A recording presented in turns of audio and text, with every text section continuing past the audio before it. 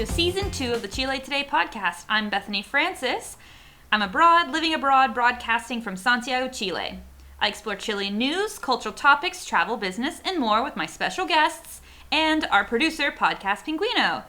To read more about the news topics you'll hear today, check out our news affiliate, chiletoday.cl.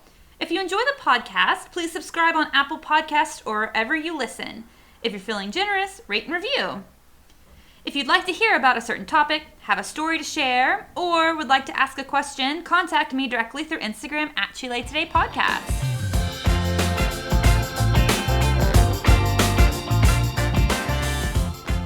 Hey everyone! I hope you're having a good 18 time, because this is going to come out like a day before the holiday, so hope you have some really cool things planned.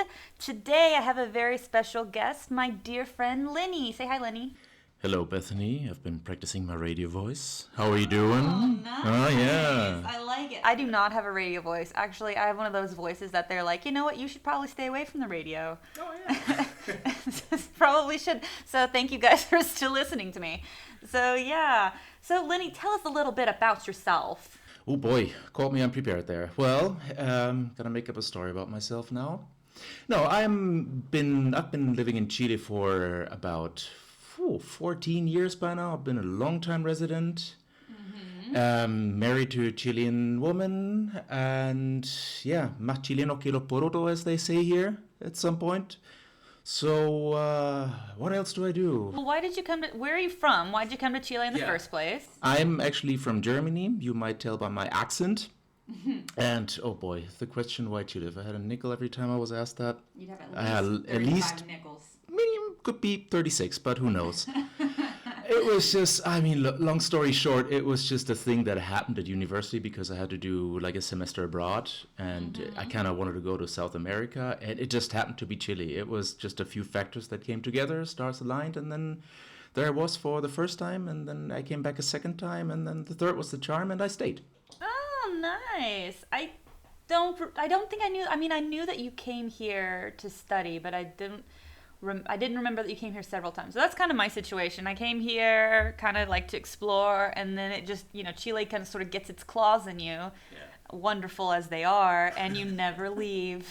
And you never leave. Claws. Yeah, so if you're listening from the U.S. and you're considering studying here, just know that the only thing more dangerous than catching COVID, is catching that Chile virus, which makes you stay here for the rest of your life. You got the Hotel California situation. Yeah, I've been here for going on 8 years, entering my 8th year, and you've been here 14.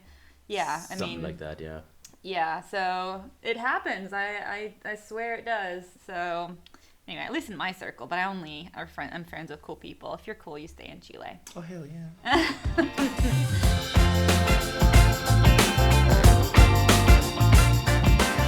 Okay, so I got news for you guys. So, Chile is the first country in Latin America to approve Sinovac for children ages 6 and up. So, experts from Chile's Institute of Public Health approved on September 6th the use of the Chinese Sinovac vaccine for children ages 6 and up. As I said, over 85% of our adult population, has already been inoculated. Everyone in this room has been inoculated. I didn't check y'all's base de movilidades when you entered, but remind me. But adding children to the mix was investigated, debated, and ultimately approved to further strengthen the country's resistance to the virus. I know you have small children in your family, like little nieces and nephews. Yeah. What's the opinion of your family on that? Honestly, we really haven't talked about that. I just assume that everybody's inoculated who could have gotten the shot there, but to my knowledge, there is at least no anti-vaxxer in the family, because this is something that comes up, and especially when we come to the eye-rolling part, it's like, oh, these people who doesn't want to get the vaccine, can you believe it? He was like, I can't, at least, I know that we're on the same side there. About the kids as such, we haven't had that conversation yet. Right, because I don't know, I don't have kids. I could understand somebody being more wary of giving a 6-year-old a vaccine rather than an adult. I'm not a parent. I don't know why that would be. I probably would get my kid inoculated, but then again, I don't know. I don't have that. So I was just wondering if you had any insight into anybody in your family getting it or thinking about giving it to their niece or nephew? Yeah, no, firsthand, no. But I think in the end, it's really one of these situations where it comes down, like you have to trust the experts there, because like we don't know. I mean, there've been a couple of studies, like in Germany, for example, and I think that was last year, where they kind of determined that schools are basically, it's not a pandemic vector, that basically like the infections in schools are not as high.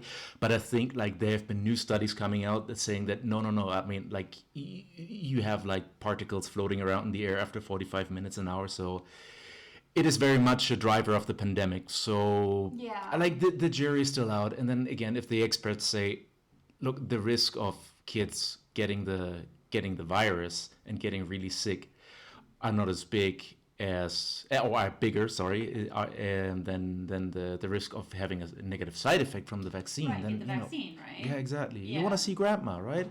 Yeah, I mean, exactly. No, I agree with you. So, with this approval, Chile became the first country to approve Sinovac for children, which makes sense because we have the biggest push for vaccines in Latin America. So that just makes sense. Oh, hell yeah. So, Minister... Oh. Oh, boy, I'm so sorry. Sorry, we'll have to cut that. Lenny just threw his mic across. I know. Sometimes the German just comes out of you and you have to throw something. Exactly. I was about to flip the table, but I decided. It's a very heavy table, to be fair. It is solid wood. Well, we'll see. Okay, so Minister Enrique París said the approval is great news for school-aged children and those who were not included in the previous campaigns. So some 8.5% of all confirmed coronavirus cases in Chile correspond to children under 15. That is a crap ton of cases. So most of these infections are asymptomatic. However, in new steps to combat the virus in Chile, experts agree that vaccinating minors is a good idea as they can still transmit the virus and develop stronger symptoms when infected by more contagious variants. Yeah, I mean, that's the problem, right? Is the I want to go see grandma situation. Yeah, exactly. And I think that was like one of the reasons that they were kind of they weren't really on the train of getting the kids vaccinated in the first place, because they were aware, yes, they get infected. This is why, hence the high numbers. But then basically they wouldn't get sick, or if they got sick, it was just going to be very mild. So they were like, okay, maybe it's not worth it, but. Right. But also schools weren't open, right? So it wasn't that big of a deal that the kids, if the kids got it or whatever, we only got out of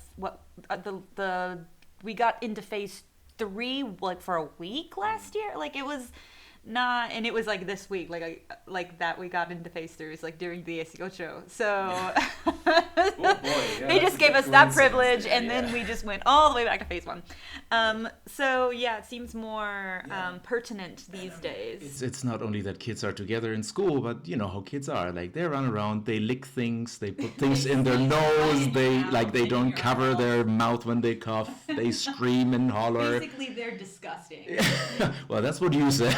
I mean, I Jesus, feel like Bethany. even as, I'm not, if you have kids, congratulations or whatever I'm supposed to say. But, like, I think just objectively, kids are gross, and that's fine. Like, that's fine. You start working with kids, if you start teaching or whatever, you're gonna get sick because they don't wash their hands, Anyway. Yeah. So, the ISP director, Heriberto Garcia. This says Heriberto. I don't think that's a name. Heriberto. Herb. Emphasized that the vaccination strategy for children should be defended, saying that the data shows that infections among children are increasing because they are the ones who are not vaccinated. Okay. Within this age group, there are children who had transplants, children who need this vaccine, immunosuppressed. Immunosuppressed children?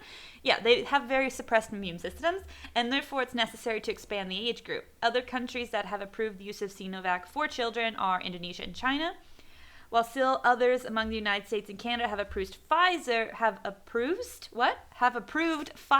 for ages 12 and up. Whether Pfizer vaccine will also be approved for children, he's excited because Pfizer's from Germany. Okay. No, actually, I was just. Oh, never mind. He was tapping his. I thought you were banging on your chest like a gorilla. No, I had a big old burp, but nobody needs to know about that. Thanks for outing me, Bethany. Yeah. Oh, sorry. I always said I would never out anyone, and there I am. Okay, so So Chile, we haven't had that. Pfizer hasn't been approved for children in Chile yet. Sinovac is the most used vaccine in Chile with nearly 19.5 million doses distributed. Represent, I have Sinovac. I think everyone in this room has Sinovac. Boop, boop. Nobody, yeah, Sinovac, all the pinguino. Yeah. One of the world leaders in the vaccination. Over 13 million people have completed their vaccination. Nearly 2 million people have received a third booster shot. Pay attention, by the way, listeners and people in the room, Lenny, and because y'all's booster shots are coming up. Yeah, I had mine kind of out of order while I was in the States.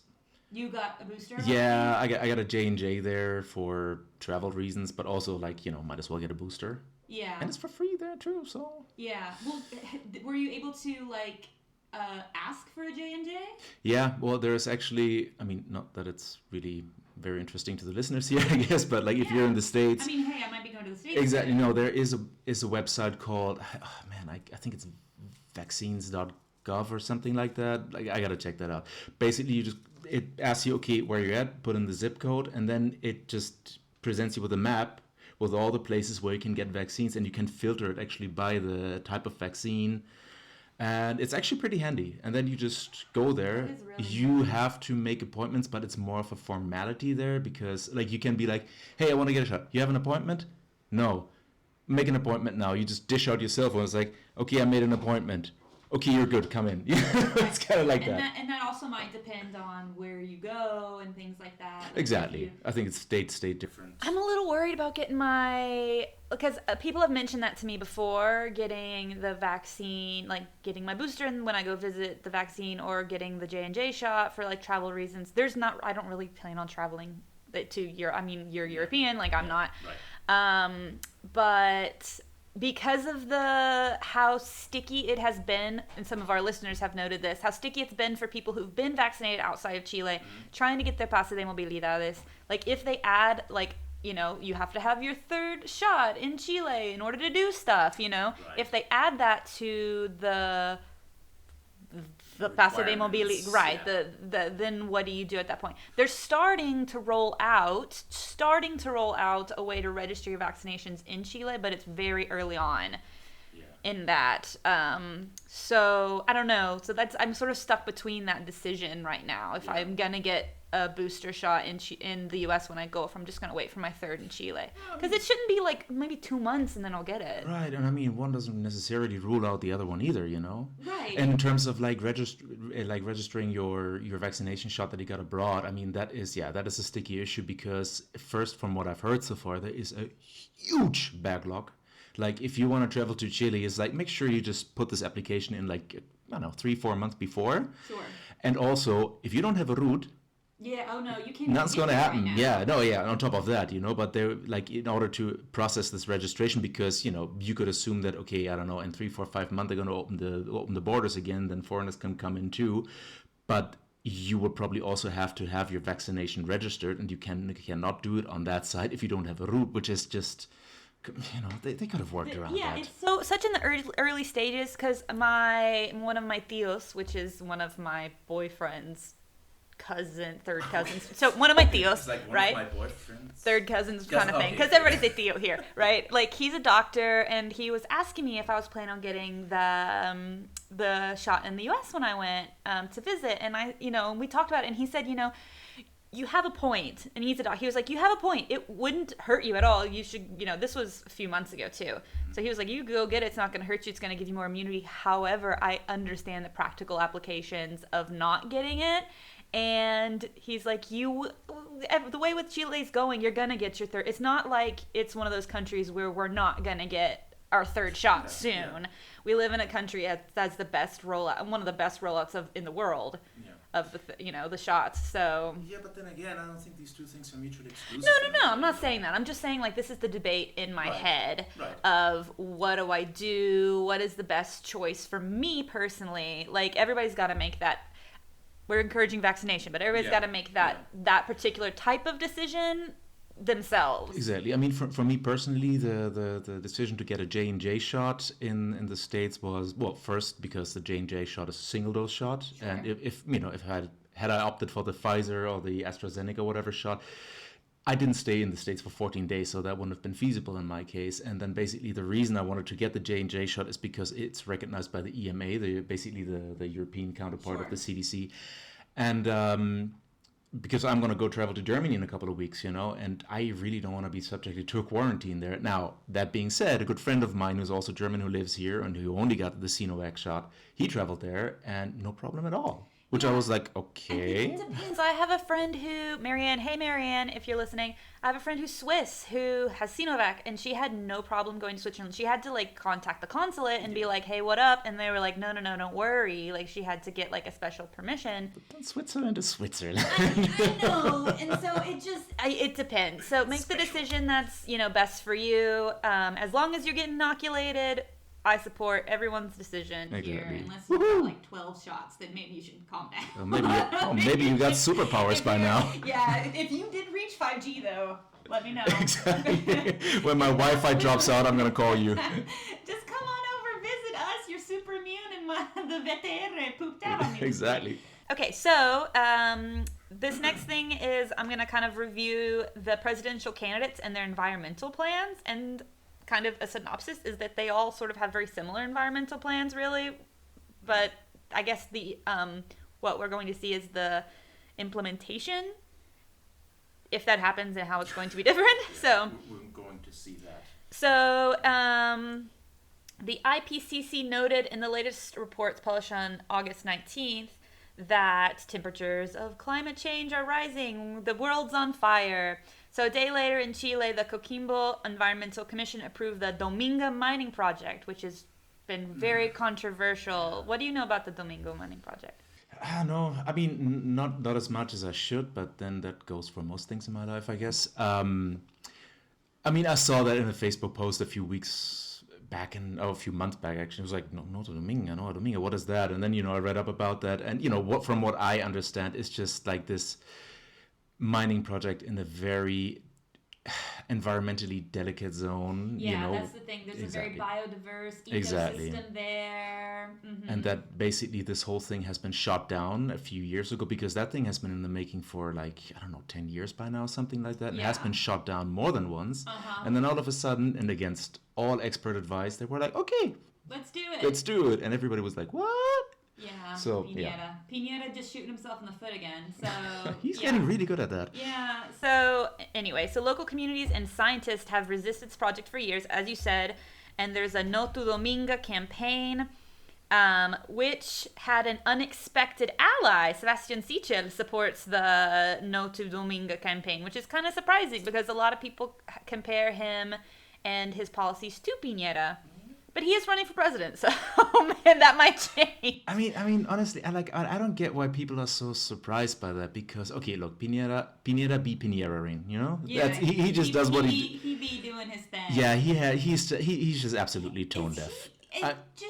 So tone deaf. Yeah, so I'm not surprised that he basically just waved it through. But Sichel, think what you will about him, but he's no dummy, and he knows what side his bread is buttered on. So, and this whole environmental thing, and especially the Dominga thing, has become such a hot button issue. Yeah, I mean, he's on social media. He sees what's going on. Yeah, I mean, he's younger. That's the thing. Exactly.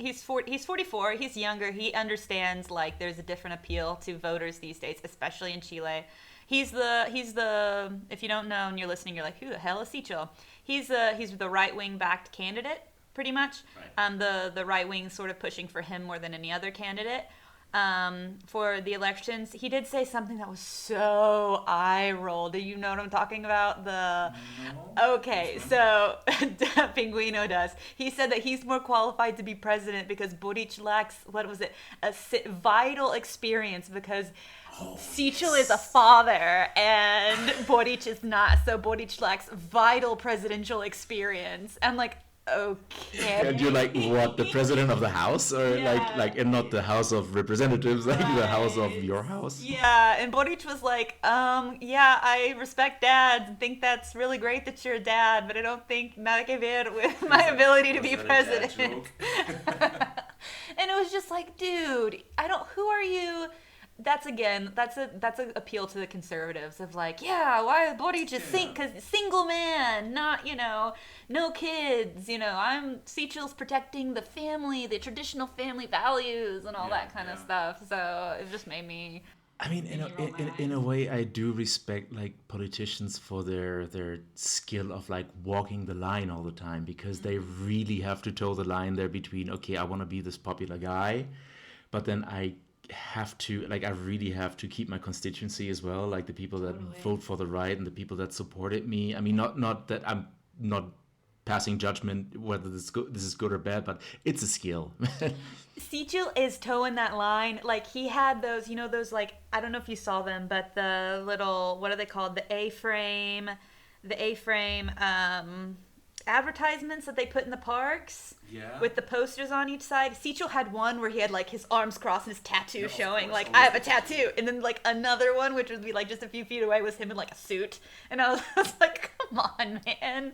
Like, it's so obvious what you're doing. Yeah, it's very much on the nose. It's like, oh, he's like me. He has a tattoo. Versus, oh, look at him. He's all spiffy and he's professional. And, I don't know, it's just, come on. Yeah. He's very middle of the road when it comes to that, because I mean, he used to be affiliated to a center-left party, and then he's independent now. He's an independent with a center-left background, and he won the conservative primary.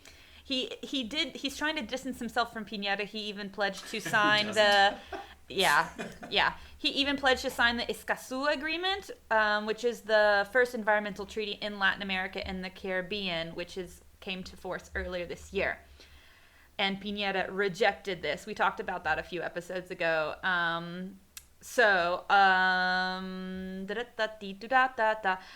of the candidates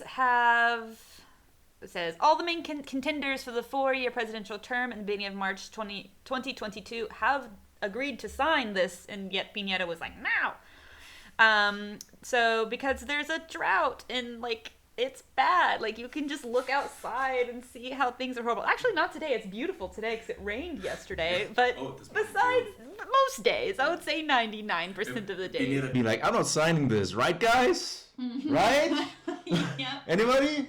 Yeah. So there are 3 favorites for president, if you don't know. There's Seychelles from the right wing of Chile Vamos. There's Jasna Provoste from the center-left Christian Democracy, and the only woman in the election, and then Gabriel Boric, which is left-wing Apruebo Dignidad. Who's not a dad. And who's not a dad. Lacks very vital experience, apparently. So so Apruebo Dignidad is a constituent assembly that was born out of the social mobilization of 2019 and has begun drafting a new constitution, was a big supporter of the new constitution. And Chile's been drafting a new constitution, as we know. So Gabriel Boric went to Punta de Choros, near where the mining company would be located. He met with some artisanal fishermen who opposed the product. He also went to Punchacaví in the central Valparaiso region, where he signed a commitment to environmental reparation and to a just transition for the area where air and water quality has been blighted by the heavy industry in general. And this area is known as a sacrifice zone because of how much it's been hurting the environment. So Javiera Lecourt, who's the coordinator of Boric's energy and mining campaigns, articulated that there are 3 themes for his environmental ideas: feminism, decentralization, and socio-ecological transformation. And she said, we understand that the climate crisis is multi-systematic and multi-dimensional. It cannot be tackled only from an environmental perspective.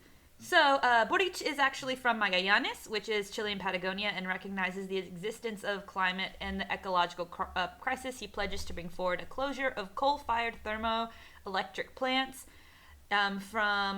He's going to close those between 2025 and 2040 is what he said, timeline-wise, to protect the biological corridors of flora and fauna, and to promote green jobs, infrastructure for adaptation, and resilience in the face of climate crisis. He also says a lot of other things. He's 35, he's from the Frente Amplio, he's hot, he used to be friends with my boyfriend, Chun. Okay, so My Done. It's a lot of information here. So for Jasna Provost's team, she's 51 years old. She's a senator, and she's the last to join the race. She didn't go through the primaries, which confuses me. So she says the model we propose in order to overcome the neoliberal one is that the territories that are ignored in decision making should have more powers, access to participation, and that territorial decisions should stay in the territories. That's not territory decisions. Okay, yeah.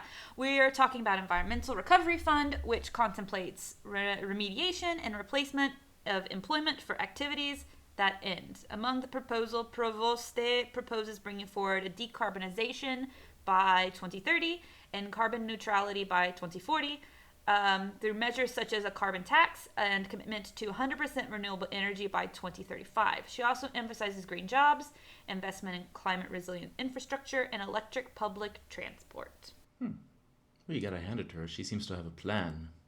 Yeah, like she's the first person, at least in this article. Yeah. At least in this article, again, the Exactly. article that I'm reading, who has said the way that she is going to do it. I'm not a huge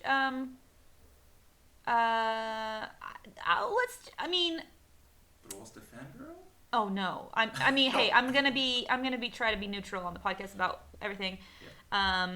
I just don't like. It bothers me that she didn't have to go through the primaries because her party wasn't technically a party. It was really weird. So I don't know. I guess I just have a chip on my shoulder about that because it doesn't feel like the poblacion, like everybody got to decide. And, we'll see what happens. I don't think she'd be a bad president or anything like that. I'm not trying to say. I don't know. It bothers me, the primaries thing. Yeah, it's a bit like you've been taking this. Yeah, no, I know what you mean. It's just like, hey, I want to have a say in this, and it didn't happen, Yeah. Even though primaries are a relatively new thing, but Yeah. you want everybody to play at least by the same rule book.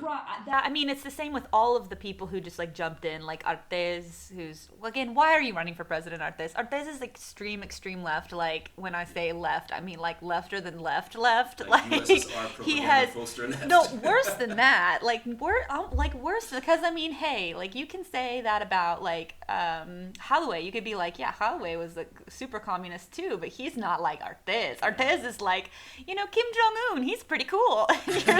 And you're like, oh. Well. Publicly saying that. You might even think that, but you're saying it. That's scary, my friend.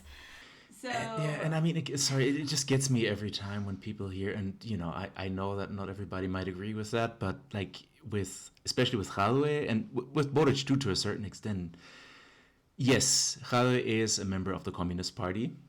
That's really not up for discussion, but his proposals are and me as a European watching that, I'm just like, what? That does sound like a social democrat agenda here. Well, because he's he's a true Marxist, and we have this idea culturally about these hot button words like communist, right? Yeah. And what I appreciate, at least about Holloway, is he's like, I'm not going to take that word away because you took it away from, because shitty people called themselves communists and did nothing that were related to communism at all. So I don't know. It's yeah, I think it's right, but also from from an investment point of view, having a communist president in the Communist Party, it looks bad. It's not anything bad about Holloway because he's really smart, articulate, and really great things for his comuna, but he has that label, and it is what it is in the international view of it, and I can recognize that. Yeah, that's the boogeyman. I agree with you there, and I just call it the pee pee poo poo class, and everybody would be like, Holloway's really smart. I like them pee pee poo poos. Yeah, no, it's just this whole thing about what bothers me, and I think this bothers me on both sides of the spectrum, that you just use these buzzwords to just scare people off. Terrorism, communism, and whatchamacallit, they're going to take away your company, and it's like, no, just listen to whatever he proposed. Listen to what he's saying. He didn't really, or she's saying. Yeah, he wasn't, he actually said, no, we're not going to do that. Now, you might or might not agree with whatever he proposed, but that's a different issue. Right. Like, you can say, I don't like the way that he proposed that. I don't like what he's proposing. But if I had to hear one more person say Holloway was going to take away all of the mining companies and nationalize them, I'm just going to pull my hair out. Because, like, look, you can disagree with him. You can say he's the worst ever because of reasons why he's actually the worst, like, that you don't agree with. Yeah. But if he's screaming in your face, no, I'm not going to do that. Just stick to the facts, or stick to whatever he had said. Now, if he's going to do it or not do it, okay, that remains to be seen. But as with every other candidate in the race. Exactly. Like, we don't know if Sicho is going to do this. We don't know if Boric is going to do this. We don't know anything. All we know is what they say. But at this point, let's look at their history. I don't know a lot about oh, Jesus. I don't know a lot about Jesus. I'm not forgetting her name because she's a woman. I'm forgetting her name because she wasn't in the primaries. Provoste. Yeah, okay. So I don't know a lot about her. I know a lot about the other two candidates because, like I said, they were in the primary, so I had more time to, like, look at their shit and stuff. And so, and if they're consistent or not, that's my biggest thing about who I'm going to vote for. Are you consistent with what you're saying? Like, what does your history say about you? Yeah, and that requires a lot of work from part of the constituency as well, because not everybody has the time or the willingness to actually dig into that. I think that if a candidate is smart, they'll put that in their campaign. But then again, it has to actually be true about you. That's the thing, and I think this is actually where Boric has a leg up there, because he has been a congressman, and that's actually one of the big points of criticism with Boric, that you've never been in charge of anything. It's like, okay, fair.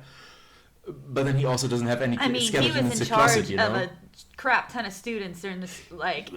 That's what I'm saying too. The biggest university in the country. He was in charge of all of those students. Right. So... I've had this argument with my extended family here. They were like, well, he hasn't been in charge of anything. I was like, well, he's been a congressperson since he was in his 20s. And, he didn't have a quote-unquote real job, but then... he ain't a dad, okay, but then again, how is that... being a diputado not a real job? Yeah, well, he worked in government since he was in his 20s. I know a lot of people here who basically think that diputados just go, go to Congress, receive their paycheck, go home, and, it's you can say that about diputados. Sad state of affairs. Like, you can make that argument about diputados, and I'm not trying to be like, hey, everybody vote for Boric, but I'm going to, like, I'm going to say, like, if you know anything about him... He is always at those marches. He is always, like, talking to people. He is out on the streets all the time. So even if you're like, diputados just go, they sign a piece of paper and they leave. I always see him on the TV, him and Jackson, like, pushing stuff that they think that should be right. Like, it's obvious they're doing something. Like, even if you don't agree with it. Like, again, attack people because you don't agree with their policies, or you think, or whatever. Like, don't attack because of something that's just not true. And, and there was another thing. Actually, I'm going to make use of this public platform now. Thanks for coming to my TED Talk. No, I mean, there was this one perception this one opinion that I've heard over and over again, which I used to be aligned with, not anymore so much. Say, well, if that actually came around when there was this discussion about the Constitutional Convention, that they needed asesores, what do we call it? What's the English word for that? Consultants. They needed consultants, right? So, and a lot of people that I knew were just like, well, they need consultants. Why don't they? Shouldn't they be sitting in the Constitutional Conventions? If they don't have the knowledge, like, why are they there in the first place? And I used to kind of share that point of view. But that changed a little bit because, in a way, I think the job of a politician is to call the shots based on information that he has, and I think even more importantly, sell it to the people. Like, and I think that's the things like that's your main skill as a politician. You have to be able to, like, this whole diplomacy things. Like, and you represent the people. Represent the people, make things palatable, and work things out with the other side of the Congress, because that's what you need to do, because like you cannot be an expert in like social sciences, economics, and all the kinds of sciences and finances and whatever. You're not, unless you're like a polymath, that's not gonna happen. So you need your consultants. And honestly, like I'm tired. Like I like we've had some problems with the people in right now with the Constitutional Convention, but in general, in it all, it shouldn't just be fucking lawyers. I'm sorry. I'm tired of lawyers running the universe. It shouldn't just be these constitutional lawyers that studied constitutional law in the US probably. Yeah. Like making these decisions. I like that there are lawyers and there are environmentalists and there are teachers and there are accountants. All of these types of people have a different perspective that is important. Because the truth of the matter is people who study constitutional law, people who are experts in constitutional law, study constitutional law in the U.S. And that's part of our problem, is that our current constitution is formed and created in this neoliberal bias that people don't want anymore. Whether, you as a listener want that or not, that's not what that's not what the people want anymore. Yeah, the new constitution will start with the words nosotros el pueblo. Yeah. So, I mean, it's a lot. Pinguino, cut out. We just talked a lot. You can cut out what you want in that. It's going to be next episode. So, I'm super excited about this next one because we have more dinosaur news. Woo! Cue Can't music. go wrong with dinosaurs. There's so many dinosaur things in Chile. I love it. Cue music.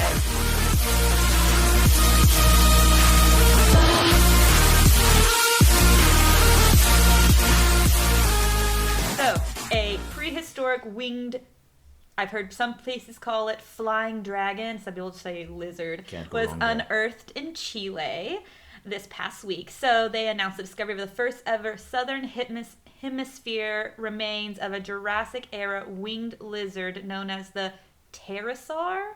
It starts with a P, but I think it's more like pterodactyl, so pterosaur. So, fossils of the dinosaur, which lived some 106 million years ago in what is today the Atacama Desert, was unearthed. Oh, wait, apparently it was unearthed in 2009. My bad. They're just declaring it a new thingy this past week. Okay. The reign of the pterosaur. It's been confirmed to be new.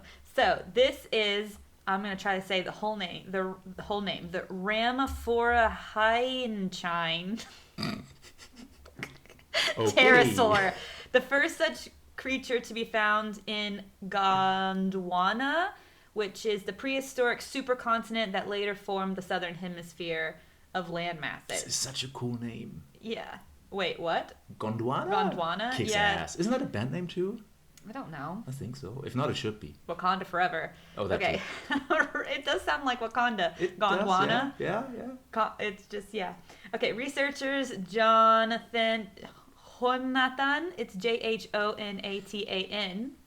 Sounds like Jonathan Alcaron of Universidad de Chile said the creature had a wingspan of up to 2 meters, a long tail, and a pointed snout.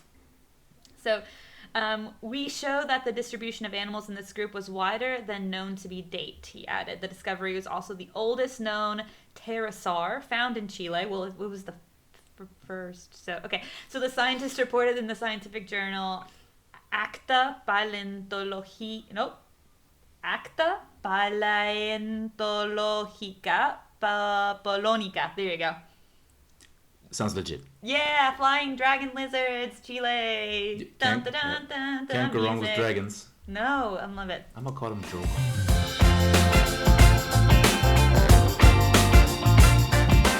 Yeah, so that's what we have for news today, and now we have event announcements. Stuff.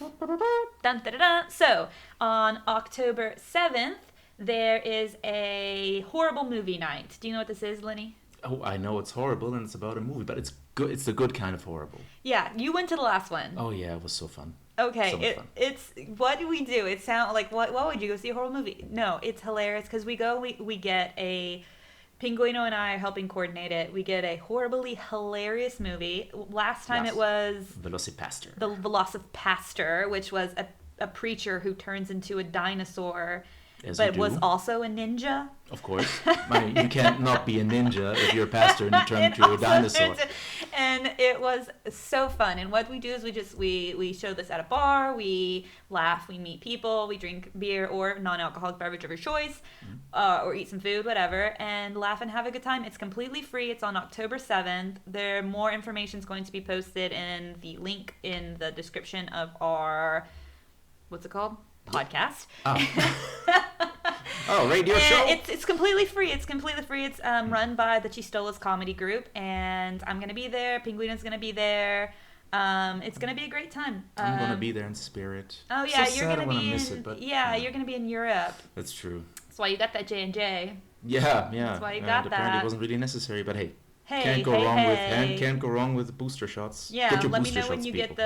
let me know when you get that 5G. G. Yeah. Yeah, we'll do. But, yeah. And you also had something you wanted to say about meat, because meat time. September is meat time. Yes, thanks for reminding me. Yeah, no, I'm just gonna Reminding just me. shamelessly plug the little business of my brother-in-law, who just decided to, offer up whatever you need for the 18 in terms of foods, like, chorizos, longanizas, costillas, or in English, sausages, ribs, Bratwurst. bratwurst, ribs, How is the correct pronunciation of bratwurst? bratwurst. Ah, Well, nice. it's not that far off. Yeah. Okay. So back to the topic. So he got together with a friend and he launched this little company who was basically selling everything you need for the Fiestas Patrias. Wine, meat, Does he have the all the good pipeño stuff. and the piña? I think he does, but I wanted to ask him today, and I've totally not. He's got the meat. That's did the that, but important he part. got the meat. He's got the meat. He's got the meat. Yeah. So yeah, no, he totally He's got does. the So meat. if y'all still need something for 18, and I mean, hey guys, you should If buy you're a soon carnivore. because you know how look. If you just moved here, take this as a public service announcement. Do your purchases now, because Oh yes, no, do not wait. Do not wait until the last if you're second. hearing this podcast on Thursday when it comes out, buy your meat yesterday. Exactly. Just go back in time. How hard can it be? Buy Just it do today and go and also support small businesses. So how can they buy absolutely. from here? Well, he has an Instagram. I don't know if we can put this in the show notes or something or whatever. Yeah. We're gonna put it in the description of Yeah. that thing that's called a podcast description. It's a new thing. So it's called, his company is called Kume with a U umlaut. I think it's a Mapudungun term. It certainly has the looks, but I don't know. We'll put it in the thing. I should have informed myself a little better before no. plugging this. We'll put it in the description of the episode. So if you're still needing to get your meat on, then you can you can get your stuff there. Support small businesses also. Absolutely. Yay! Thanks for letting me plug this. Yeah, no problem.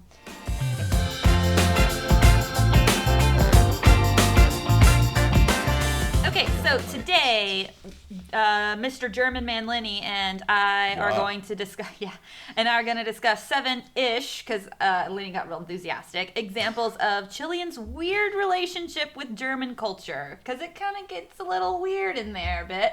So, Hey, you want weird? You invited the German. I mean, yeah, I mean, you'd agree with me, right? It's a little weird. I stopped apologizing for my people because it goes without saying. Right. But it is, I mean, I invited you. I apologize because you're getting the German stereotype again. But it's true. Chile has an interesting relationship with German culture. Colorful. A colorful relationship with German culture. So what's your first thing? Yeah. I mean, first I gotta say, I did maybe get a little bit over enthusiastic about this whole thing because I felt like I wanna. I mean, there's certain things that I can talk about from personal experience, but I think there's also a bit more to this. So I kind of started digging into the history, which is when I noticed that, man, I really do not know as much as I think I did know about Chilean history, which is actually Pinguino's forte here, so feel free to correct me whenever. He will, don't worry. Oh, yeah, well, he corrected his English teachers in school, as he just told us Oh, off air. yeah. Yeah. He can chirp some English. Yeah, I hope one Squawk, of his squawk. former teachers is listening to this. We're really popular in the teacher, Exactly. the teacher circle. Says the teacher. Represent. Represent. All right, so as I said, I was looking into this whole thing, and I was also kind of wondering, so why, how did this come to pass in the first place? Like, why does Chile have such a weird relationship with Germany, German culture anyway? And that kind of got traced back, and I might drift into a little history lesson here, but this got like traced back to what was called the law of selective immigration, which was an interesting thing, which got passed in 1845. I'm just going to throw numbers in there because it makes me sound smarter. 1845. Yeah, Okay, 1845. that was a long time ago. Because the idea was to bring like middle and upper class people to the southern regions of Chile. Yeah, I've heard of this. Exactly. So, and that kind of coincided. For investment into the country, right? Yeah, investment and also like building things up, because I mean, Chile at that time wasn't really like investment, I think as such wasn't really a thing. It's more like, hey, we got land here, do something with this. Isn't that the same reason why there was a lot, I mean, you might not know this might be totally off, that there was a lot of Japanese immigration to Peru? Because if you don't know this, that's where we get ceviche. But I wouldn't know that, yeah. The ceviche is actually Japanese influence in Peru. Yeah, I wouldn't know if that's true, but it's, sounds right. Sounds legit. Okay. So yeah, so they correct me if I'm wrong, listeners. Right. So they had this thing, they passed this law, and that actually kind of coincided with the German revolutions of 48 and 49, 1848, 49. Oh, yeah. So there basically was a big old ruckus going on in the German Confederation. Just a big old ruckus. Big old ruckus in the German Confederation, because remember back then Germany as such wasn't a thing, like Prussia. Prussia was Prussia has taken a big part in this whole thing. So it was just a loose confederation of fiefdoms and little kingdoms and whatever. Like the only thing they had in common is like they kind of more or less speak German, pointy hats, but those were mostly the Prussians. And what happened in the German revolutions was that the lower and mostly the middle class got their asses kicked pretty badly. So that was kind of a failed revolution. In Germany. In Germany. There was a revolution in France at around the same time, started a little bit before, but it was not just a small... not the French Revolution. Okay. I was like, that sounds like it's a little late for the French Revolution. No, I thought that too, but then I Googled that, thank God. it was a different I was like, one. the French Revolution happened in the 18th century, my friend. No, the French, they like their revolutions. They have like one every 50 years or something. Have you played La Guillotina with me? I think we did. It was fun. And it was bloody. It's not real blood, guys. It's not fake blood either. There's no blood involved. It's a game about the French Revolution. It's fun. It's not nearly as dark as it sounds, I promise. But it's fun. Right. So yeah, so basically they had that revolution failed, and they had the middle class, the aristocracy was not amused, and they were doubling as they rarely down are with because the middle class were just like, we're liberals, we want more freedom and whatever, and they were like, nah. How dare you? Yeah, exactly. And so, as the article put it, they were encouraged to emigrate. Okay. Exactly. So Chile was kind of an option because they were kind of like pushing that law. And that's pretty much what happened. And that was like the first wave. And then you had like later German immigration that basically came to Temuco and Santiago, which was a little bit further up north, because the first one was like around the lake region, like Puerto Montt, Puerto Varas, Frutillar, which is a very typical German/Swiss looking little village. This is where it all started. And like that second wave of immigration that happened like in the mid-1930s, among them were also like a lot of German Jews who were just getting the hell out of Germany because you know what happened there. Ciao. So they rather not be around when, the shit hit the fan. And then, of course, like they had a third wave with the less desirables. With the Nazis. With the Nazis. After World War II. Which I thought personally was kind of interesting because Chile actually did declare war on Nazi Germany. So I was like, but okay, at literally the last month. So it was more like of an alibi thing. No, yeah. Literally, like, Pinguino has corrections, yes? Sing Pinguino, the history penguin that he is, just said that apparently the only reason Chile declared war against the Axis, like just a few days before the end of the war, was because the U.S. was giving out like stipends and money to people who supported the war effort.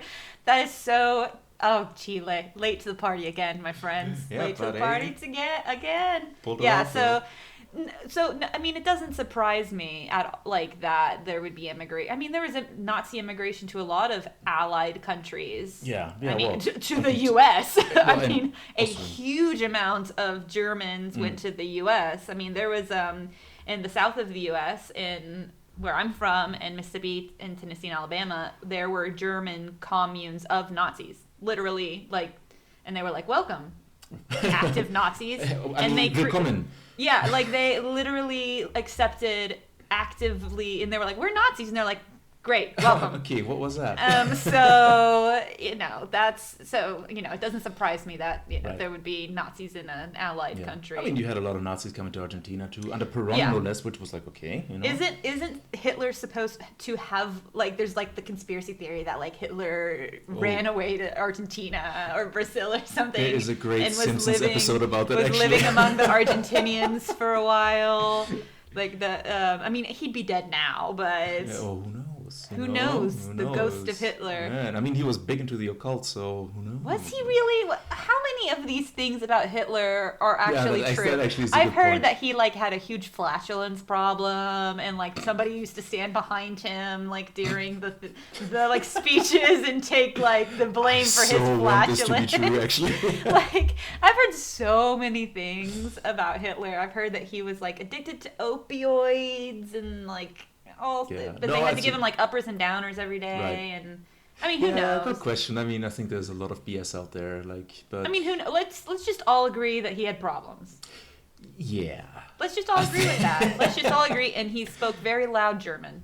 yeah, but As a German, I have a question. oh, you go ahead. Okay, because so they always say in the history books, oh, he was very articulate, good speaker who was very convincing. Is that true, or is that just bullshit? Because I don't speak German. Was he a good orator? Or is there too much bias now that you watch it back and it's scary? Yeah, well, I don't think I've ever really sat through one of his speeches, to be honest, because Makes sense. it's not fun to watch. That makes sense. But I think if you take it in the context of the zeitgeist, to stick with the German theme here, that I mean, what he pulled off back then in terms his the way that he gave speeches probably wouldn't work today, also considering what we lived through. But he really knew how to arouse the masses. Not arouse, but rile them up. Oh, maybe. I mean, I think you could say arouse the masses. But he was, and you don't really need to understand what he was saying. You could just the energy that he had, at the Right, and it was also the perfect storm Yeah. in Germany at the time, suffering post World War I. There was Exactly. also so much other stuff going on. We're not trying to get into a history lesson here with you guys, but I mean, it's a very typical pattern. You got a populace that is Suffering. passing through a crisis, and then here comes a demagogue, and hey, bad shit happens. it sounds familiar, real bad shit. Yeah, exactly. So anyway, So, moving on. Moving on. So basically you got by this time a whole boatload of Germans in mostly in the southern regions of Literally Chile. boats. Literally boats or planes or whatever. And there's actually a couple of not German, but Chilean towns that are just lousy with German descendants. And for some reason Vitacura. you have, it's not a town, but yes, okay, point taken. No, for example, Valdivia, which is you will find you walk 2 blocks and you will bump into somebody called Anwanter, because that was actually one of the first big families that settled down there. Brewing beer, I think, as well. I mean, we didn't have all brew beer? Kunstmann. Yeah, because Kunstmann, that was. I mean, Germany brought the beer to the U.S. Oh, yeah. I mean, Coors and Budweiser and all that stuff. That's Exactly. actually okay. I'm gonna get nerdy real quick. Nope. So. Let's take turns. That's one of the reasons actually prohibition happened and was so easy to pass in the U.S. because there was a big hatred, for German immigrants at the time, and they owned all of the breweries. So they were selling the most beer and the most alcohol. So it was 2 birds, 1 stone, right? Right. So we pass prohibition and we get to make all of the whiskeys and stuff illegal because of Jesus. And also all of the Germans lose their jobs.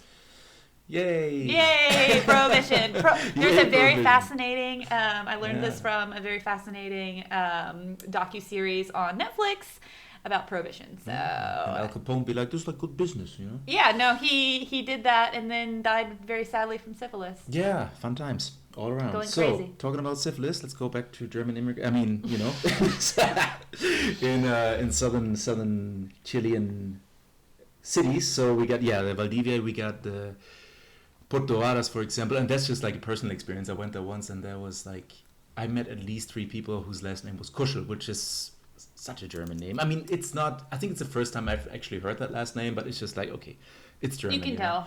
And I'm just like, it's like Smith. Exactly, yeah, exactly. And I'm just like, are you guys related? It was like, who again? Well, that guy, whatever, Juan Kuschel. So, I think he's like my great aunt's second cousin. So no, you're not related. I was like, okay, never mind, So no, you're Tatita. Yeah, but it's just like they got there so early, and then they just like just procreated and bred, and they got this whole thing, or like Gildemeister, that's also like one of these names. Kunstmann, beer company that's super Chilean. Like it's just you can't get more Chilean than Kunstmann, but it's got that German name. Exactly. It's not a German company anymore. No, it's a good beer though. I really like Kunstmann. It's not a Pyme, by the way. Right. No, it's a big company. So if you think you're sporting a little bitty guy by sporting Kunstmann, no, my friend. No. Support Alameda Beer Company. We know those guys. They're really great. You do? Yeah, they're the guys that own Beervana. Alameda Beer Company. Oh, yeah. Oh, this is what they're called. Okay, gotcha. Well, they have Beervana, which sells beer that's imported. Mm-hmm. They have Honesto Mike, which is a delicious place for burgers. And then they also have their own brewing company now, which is the Alameda Beer Company. Mm-hmm. That is, I gotta check this out one of these days. Yep. Good. Thanks for the tip. You're welcome. Yeah. So and then actually just as a fun fact, there actually my native city of Hamburg. Well, kind of native. My native city of Hamburg. I'm just gonna stick to that. Was actually one of the first big cities that started big, large scale trade with Chile and actually Valparaiso, which can be seen still today. In Hamburg, we have the boat-shaped house. The home of the hamburgers. Exactly. Haven't heard that one before. No, I mean in Hamburg we got this big old house which is boat-shaped, which is called the Chile House, and you don't. They do in Hamburg. Well, it's my city, so okay, fine. Take that. So Chile House is German for Chile House. I guess you wouldn't have guessed. Yeah, exactly. So that kind of like pays testament to like the trading relationships that they have. But they trade beer, fruit? No, I mean up to like back in the days, I do not know, but actually Germany is still the 3rd largest trading partner after either US and China or China US. I don't know who comes first. Probably China. China these days. It's always China. So, but like the 3rd largest is still Germany, and it's just so cliche. What do they import? Machineries. Oh yeah. That makes sense. There's a lot just like, of course, I mean, which might be one of your points. I don't know. Like if it's a machine or even a slight machine, if it even looks halfway German, then people are like, it's reliable. Exactly. That's actually one of my points. Our washing machine. Yeah. And our Roomba, it's not a Roomba. Yeah. And I think our fridge are all what's that brand? It's actually not a German brand. It's the Chile. Tefal? Could that be? No. Thomas? No. Torben? No. Yes, Kraus. What? No. Come on. The Albin Trotter and Ursus Trotter, I think is the Urban Trotter. Yeah. That is not a German brand. No, it's not actually. I also got that on my list. It's a Chilean brand, but people buy it thinking it's German machinery. Mm-hmm. I mean, it is a good brand. It's a good Chilean brand. Oh, no. That's why we have our fridge and our washing machine and our little Roomba guy. His name's Aaron Burr, by the way. Of course our Roomba guy. And we say, what are you doing, Aaron Burr, sir, when he runs into things? And nice. One of our machines that he also likes to run into is named Hamilton. So we're like, stop bullying. Okay, anyway. I digress. Yeah. So, you slap a German name on it. Chileans love it. And, but it's also good to know, like, if you want to support Chilean companies, that is a Chilean company. It's not a German company. Exactly. And if you have a Chilean company, you want, sales to go up, put a German name on it. Yeah, put a German flag and a German name, but, the correct German flag. Yeah, with not, please. for fuck's sake. And get the colors in the right order, please. I've seen so many examples of that. Oh, were the flags upside down? Oh, really? Oh, this is Belgium, but hey, never mind. That is so it's funny. Just really, you can just Google that, like before starting to paint your facade. To be fair, I am guilty of that because when I was teaching high school, I had a flag, like I had all these flags because I was teaching non-Western literature, and so I put all sorts of different cultures' flags on. I know Germany is the West, but it's hard to. I just was like, I'm just gonna put every flag that I have, and I put the German flag upside down. So, and then one of my students whose family was from Germany, because, you know, Gringo's obsessed with heritage, was like, it's upside down. And I was like, you know what? I like it that way, student. Out. No, I was just kidding. I was like, oh, thanks for teaching me something, student, because I'm that teacher. Everybody stand on your desk. Let's talk about poetry. That was me. You're just biting your lip like a jerk. No, I really just didn't know. Yeah. I didn't know. No, but that's fine. Okay, look, that's one thing. The But other I don't thing own is, a company. I don't own exactly, a like company. if you open a store, or if you like found a company, and then you really try to, you know, bang that drum like, oh, German whatever, and you just paint your facade, or you make leaflets and whatever brochures, and like have it proofread. Yeah. Well, I mean, Google that's it. translation too. Like, I mean, seriously, come oh on. god, all the time. It's just Yeah, I mean, so the translations are hilarious. Everybody has an example that they've seen in Chile or somewhere with hilarious translations. But like, I went to like a hostel one time, and the translations were so bad. I'm like, this is a hostel. Just like grab Jonathan right? that's walking through the lobby and be like, does this make sense? Like, Jonathan, hey, I give you a beer. yeah, here's a free beer, Do that for Jonathan. me. Look over this thing and tell me if it's fine. Or maybe he did grab Jonathan and he was high on some of that Valparaiso weed or something. I don't know. That's hilarious. Keep it that way, man. I mean, I'm just like, come on. There's so many people you could. I mean, you should hire your translators. You really should pay the translators well. But I mean, if you're a hostel, come on. There's no reason why. Cheap labor, right there. I mean, just like I said, like give Jonathan a few beer. free nights and the thing to look over your Don't be cheap. rules and regulations, which are, you know, less than a page because you're a hostel. Exactly. So. So yeah, coming back to whatever we were talking about before, right? So we got the whole Chile house, and we also got I actually remembered in Valparaiso there's this restaurant called Hamburg, which I went to once, and then when I left again, like right in the doorway, I saw a little portrait of Hitler, and I was like, okay, I'm not coming here again. Are you serious? They might have taken it down by now, but like back then it was like. I mean, that's not cool. You still go into like places these days, sometimes like smaller places downtown, and there's pictures of Pinochet. Like, right, yeah. I just feel not okay, in the I'm bigger getting- I'm getting- restaurants, yeah. but like the picadas or like small little places yeah, you'll like yeah. walk into, and you're like, oh well, I don't feel comfortable here anymore. Yeah, actually, well, that's actually also a point I'm getting to, but that's I feel like this whole Pinochet thing is not as much of a no here that Hitler would be in Germany. You know what I'm saying? Well, because so I don't remember what the law is actually called, but in Spain, when they had their dictatorship with Franco, they had this like law of silence where it was just sort of like so much fucking shit happened. So after Franco died, they were like, look, everything that happened in the past, we're just not going to fucking talk about it. Yeah, We're not going to teach about it. We're not going to talk about it. It's done. It happened. Let's move forward. Chile sort of followed that line where it's like, we're not going to educate you about what happened. We're not going to talk about it. We're just going to pretend it didn't happen and try to move forward as a country. Right.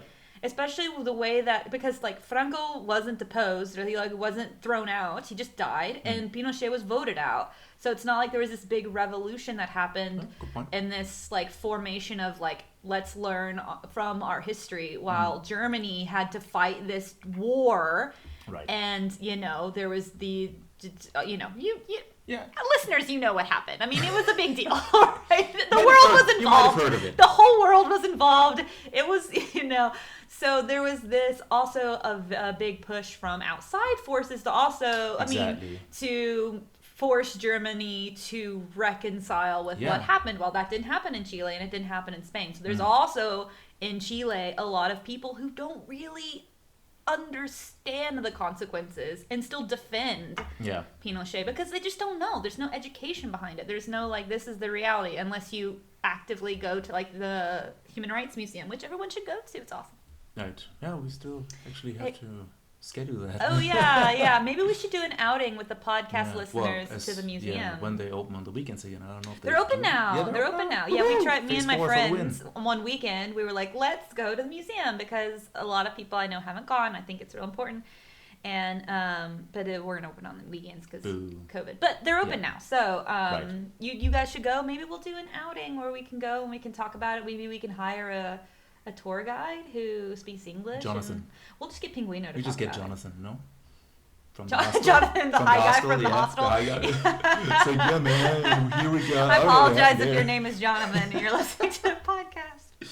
Right. That's the first white guy name I could like pick out in my brain.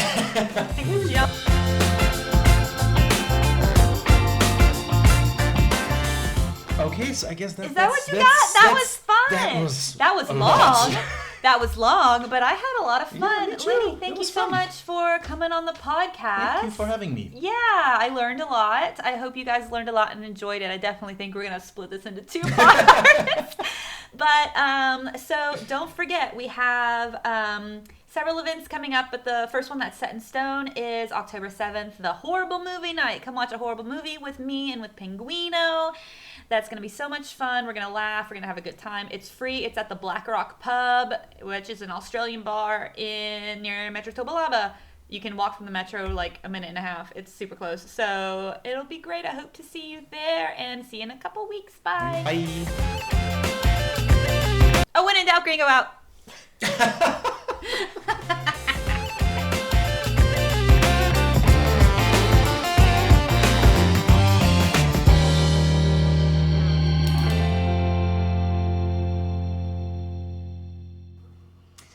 Hey guys, the Chile Today podcast is produced by Diego Pinguino Rivera. It is written by Alicia Lubin and Bethany Francis in conjunction with ChileToday.cl. Hope you enjoy.